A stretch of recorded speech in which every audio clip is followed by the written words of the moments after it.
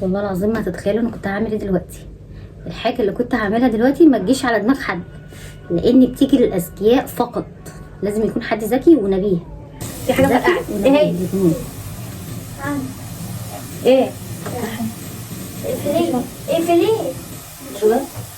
ما اكدبش عليكم بقى. يعني دلوقتي الساعه كده 3 واحنا جوعنا تمام، وفي نفس الوقت برضو الاوضه لسه عايزه تتوضب عن كده، لسه في حاجات كتير. يعني دوبك انا رتبت الدولاب ولمعته ولسه في حاجات كتير جدا لسه تعمل في الاوضه.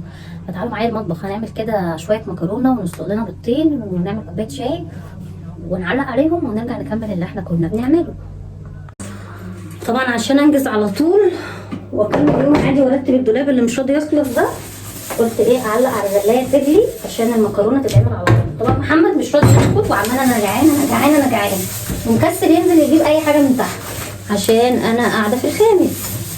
فهنعمل مع بعض شويه احلى مكرونه سريعه ممكن تعمليها لو مستعجله او بتنضفي. بس انا ايه كان في شويه طرطشه صلصه كده من اكل امبارح، فقلت بدل ما يحرقوا لي البوتاجاز وانتوا زي ما انتوا شايفين انا ملمعاه وخلاه فل شبه منور والله. قلت اصبره وهنرجع تاني للدولاب. حصل لو ما صليتيش على النبي بقى صلي على النبي. اللهم صل وسلم وبارك على سيدنا محمد حبيبي يا رسول الله. منوريني يا ولاد والله مشرفيني وعلى راسي وبكم كلكم. اذا كنتوا اشتركتوا او لسه ما اشتركتوش، لو اشتركتيش بقى اشتركي في القناه وفعلي زر الجرس عشان يوصلك مني كل جديد بقدمه، وهقدمه معاكي لايف بوست روتين اي حاجه توصلك على طول. اشتركي من كلمه اشتراك اللي تحت الفيديو وفعلي زرار الجرس واعملي الاشعارات الكل عشان يوصلك كل جديد. واخواتي اللي دايما منوريني ومشرفيني بكومنتاتهم القمر ودعواتهم الجميله، يا رب يجعلها في ميزان حسناتكم جميعا. عايزاكي بقى تشيري الروتين ده عند اخواتك وعند اصحابك. شيروا يا ولاد الروتينات دي في كل مكان كده علشان يعني قناتي تكبر بقى كده، وساعدوني بدعمكم ان انتوا تشيروا لي الروتينات وتصلوا على النبي وتحطوا اللايك الجميل. تعالوا بقى نشوف عملنا ايه. تمام. هنحط شوية بهارات فراخ، شوية صغيرين. تمام.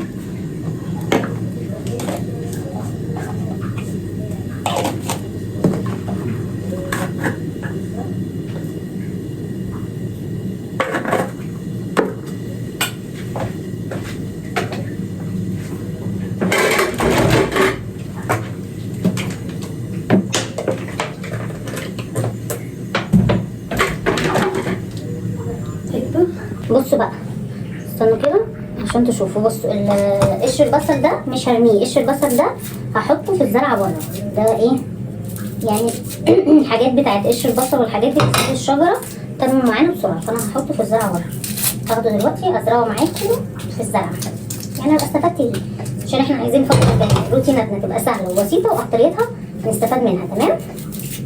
بس هنبتدي بقى نقشره كده واغسله واخد كمان فصين توم اعملهم مع السريع، عايزه الاكل ما ياخدش مني وقت، وفي نفس الوقت ابقى عملت حاجه سريعه كده ايه نتغدى بيها.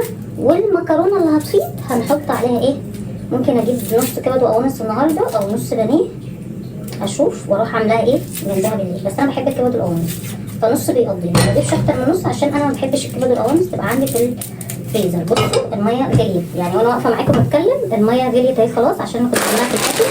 كيس المكرونه هيبقى صغير، ممكن ازود عشت تاني بالليل، لكن الصلصه تبقى كتير. بس المكرونه كده دقايق بس وهتغلي. عاملاها صغيره عشان محمد بيحبها صغيره. هقشر البصل وقررت وارجع لكم. بصوا بقى القشر بتاع البصل ده هحطه في كيس دلوقتي وهخرج ازرعه بره في الزرعه الكبيره عشان يبقى ايه يعني محفز ليها ان هي تكبر بسرعه. تمام. يلا بينا. عايزه اقول لكم على حاجه بقى، لما بكون بغسل سجاد او بعمل حاجه فيها ميه او بغسل مطبخ او حاجه مش هينفع اقعد، لو قعدت هكسل، فببعت محمد يعني غصب عنه حتى لو مش عايز ينزل يجيب لي ايه، يجيب كشري. تمام. لكن ما اكدبش عليكم انا دلوقتي يعني هدومي مش مبلوله ولا اي حاجه، والحاجات اللي بعملها كلها على الناشف، فعادي لو انا ايه عملت شويه ايه مكرونه ووفرت وكده. ليه بقى هقول لكم ليه. لان يا ولاد حتى الشارع مش مضمونه خالص، يعني هنروح نجيب كشري، هنروح نجيب اندومي، هنروح نجيب برجر، اي حاجه مش عارفين المخلوط بيه ايه ولا معمول ازاي ولا اي حاجه. هي بصراحه مش ناقصه مرض عشان احنا بقينا بنتعب من اقل حاجه.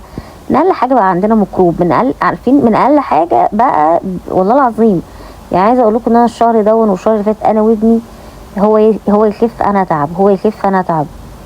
حتى برضو يعني حتى يعني عايزه اي حد مثلا برضو بيسمعني، بلاش اكل الشارع، بلاش الستنج اللي طالع اليومين دول الاولاد بيشربوه والشباب بتشربه. صحتكم مفيش اغلى منها، مفيش اغلى من الصحه. ما يعرفش قيمه الصحه الا فعلا الانسان التعبان المريض. يا رب يشفي كل مريض، يا رب يشفي مرضانا ومرضى المسلمين اللهم امين، ويشفي كل مريض يتألم. التعب فعلا صعب. لا، والاصعب ان احنا نأذي روحنا ونجري ونجيب الاذى لنفسينا من اكله بناكلها بره، من شرب بنشربه بره. والله اقل حاجه في البيت احسن من بره. يعني لو انتي مثلا بنوته بتسمعيني، ايا كان اللي بيسمعني، لو جعانين قمنا عملنا بيضتين وطبق جبنه مثلا بالقوطه، او طبق سلطه وعيش، عملنا طبق مكرونه، عملنا كشري، عملنا بطاطس محمره، عملنا اي حاجه في البيت احسن بكتير من اكل بره. اسألوني والله العظيم عن تجربة، فعلا انا بقيت بشوف بلاوي اكل بره ده، فاكل البيت مفيش احسن منه. هنا عملنا شوية مكرونة زي ما انتوا شفتوا، انا بحكي لكم عملت ايه. حطيت شوية زيت، وكان عندي طبق فيه صلصة في التلاجة فاخدته عشان بقى يعني ما يبقاش اطباق وخلاص كده. قلت ايه احطه، وحطيت شوية زيت والبصلة والثوم وهو على جنب، وحطيت ايه، واحط واحدة ماجي معاكم دلوقتي، واحط شوية سكر. الخلطة يعني ايه اللي انا هحطها دلوقتي قدامكم، انا مش متذكرة حطيت ايه مع ايه او ايه قبل ايه، بس كل حاجة هحطها معاكم دلوقتي. المهم اليوم بيبقى طويل جدا، يعني لما بنيجي مثلا نعمل حاجة بيبقى اليوم طويل خلاص، احنا في الصيف اليوم بيبقى طويل، فدايما نخلي عندنا ايه، يعني اول ما تصحي من النوم كده اعملي بقى لاولادك انتي مثلا مكرونة، اعملي لهم مثلا كشري، اعملي لهم شكشوكة، اعملي لهم فول، لحد ما تطبخي مثلا الاكلة بتاعتك تكون الحاجة دي عندك. انا في حاجة فرقعت، ايه هي؟ ايه؟ اقفليه اقفليه شو ده؟ بيضة؟ اقفليه ما اعرفش، البرتقال مش عارفة حاجة فرقعت بس مش عارفة ايه هي. المهم بس استنى اقفلي البوتاجاز يا ابني اقفله ايه، اصبر اشيلها ازاي؟ البصل انا سبتها اتحمرت عشان هقول لكم هعمل ايه دلوقتي، هي بتبقى غامقة تاني. طب اقفلي البوتاجاز اول حاجة بقى هنحط شوية توم.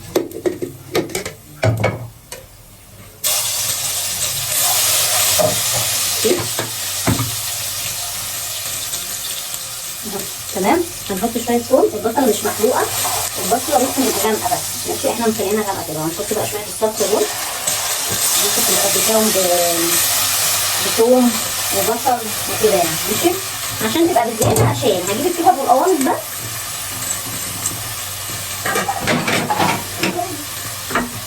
بس بقى كده ماشي. هحط بقى ايه على دول على الصلصه دي، هحط واحده ماجي قبل ما احط الكيس التاني، هنحط واحده ماجي، واحده كده ايه نحطها هنا اهي، وهنحط هات سكر يا محمد، سكر اهو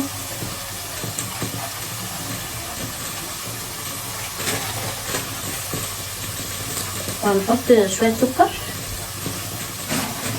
وهنحط بقى ايه الكيس ده، وبعد كده نحط البهارات ماشي.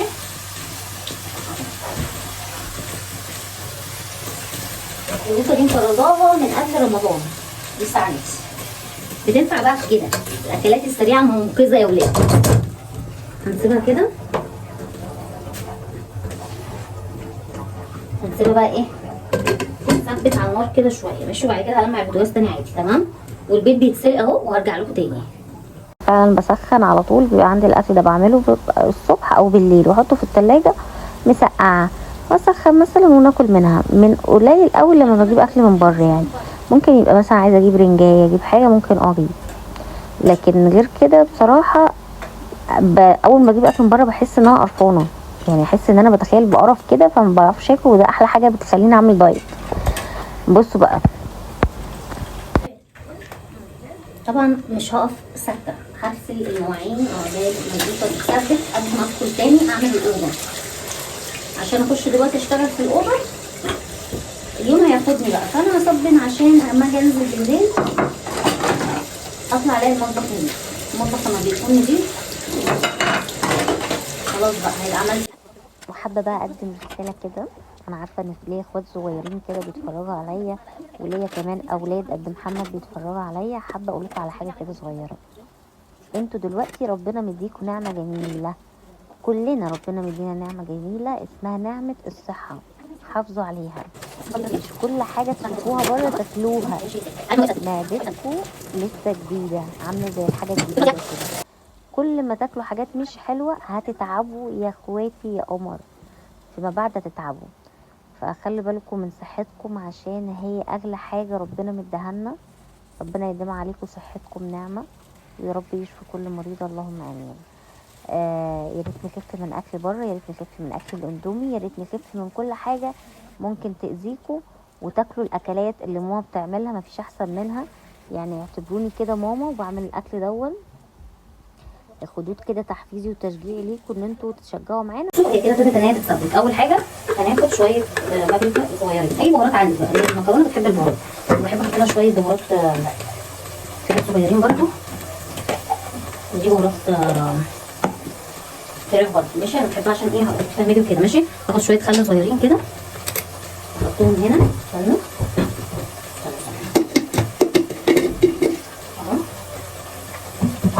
بصوا، شويه خل كده صغيرين هنا في مكان التوم ده.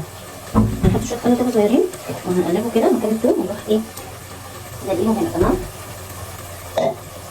وهنحط 7 بهارات وشويه فلفل اسود، مش 7 بهارات وشويه فلفل اسود. وانا حطيت كمون ايه وهي بتعمل، وحطيت سكر وحطيت كل حاجه. بصوا الحاجه بقى الاخيره اللي هنحطها شويه البصل دول. بصوا شويه البصل دول هنحطها ماشي.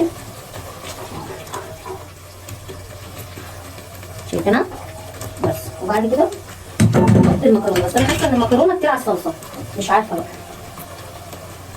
ممكن اشيل منها شويه صلصه واجرب لو احتجتهم اعمل معاهم شويه مكرونه سباكيتي ولا حاجه تاني بالليل. اعمل مش احتجتهم خلاص اشيلهم بالليل، عشان حاسه ان الصلصه كتير.